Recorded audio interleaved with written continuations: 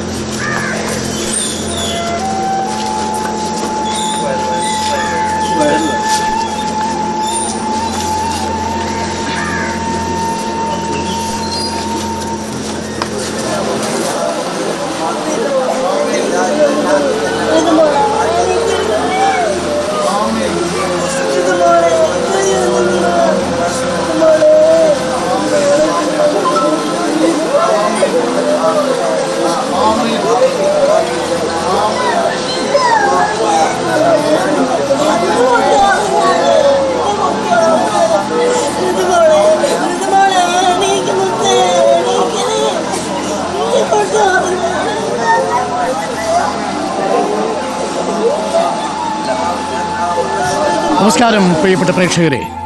ഒരു നാടിനെയെല്ലാം കണ്ണീരിലാഴ്ത്തി നമ്മുടെ എല്ലാം ഉള്ളിൽ വെച്ച് അവർ പോയി. 4 പിഞ്ചു ജീവനുകൾ. കല്ലടിക്കോട് സിമെന്റ് ലോറി ഇടിച്ചു കയറി മരിച്ച 4 സ്കൂൾ വിദ്യാർത്ഥിനികളുടെയും ഖബറടക്കം അല്പസമയത്തിനുള്ളിൽ നടക്കും. മൃതദേഹം ഇപ്പോൾ വീടുകളിലേക്ക് എത്തിച്ചിട്ടുണ്ട്. 8:30 മുതൽ 10 വരെ തുപ്പനാട് കരിമ്പനക്കൽ ഹാളിൽ പൊതുദർശനമുണ്ടാവും. ഖബറടക്കം തുപ്പനാട് ജുമാ മസ്ജിദിൽ നടക്കും. വെള്ളിയാഴ്ചയായതിനാലും 4 മൃതദേഹങ്ങൾ മറവു ചെയ്യുന്നതിന് കൂടുതൽ സമയം വേണമെന്നതിനാലും സ്കൂളിലെ പൊതുദർശനം വേണ്ടെന്ന് വെച്ചു. ജുമായ്ക്ക് മുമ്പ് തന്നെ ആ 4 കൂട്ടുകാരും കൈപിടിച്ചു തന്നെ മടങ്ങും തിരിച്ച്. ഇന്നലെ ഇംഗ്ലീഷ് പരീക്ഷയായിരുന്നു ഈ 4 വിദ്യാർത്ഥികൾക്കും. കരിമ്പ ഹയർ സെക്കൻഡറി സ്കൂളിലാണ് ഇവർ പഠിച്ചിരുന്നത്. ഒരാൾ 8E ഡിവിഷനിലും ബാക്കിയുള്ള 3 പേർ 8E ഡിവിഷനിലുമായി. അവർ ഒരു ഘട്ടത്തിലും വേർപിരിയാത്ത കൂട്ടുകാരായിരുന്നു. ആ 4 പേരുടെയും മരണം അജ്ന ഷിറിൻ എന്ന അവരോടൊപ്പമുണ്ടായിരുന്ന മറ്റൊരു കുട്ടിയുടെ ഹൃദയം പോലും ഉലച്ചു കളഞ്ഞു. ഒരു നാടിനെ മുഴുവൻ കണ്ണീരിലാഴ്ത്തിയ അപകടത്തിൻ്റെ വാർത്തകളാണ് ഇന്നലെ 4 മണിക്കു ശേഷം നമ്മൾ കേട്ടത്.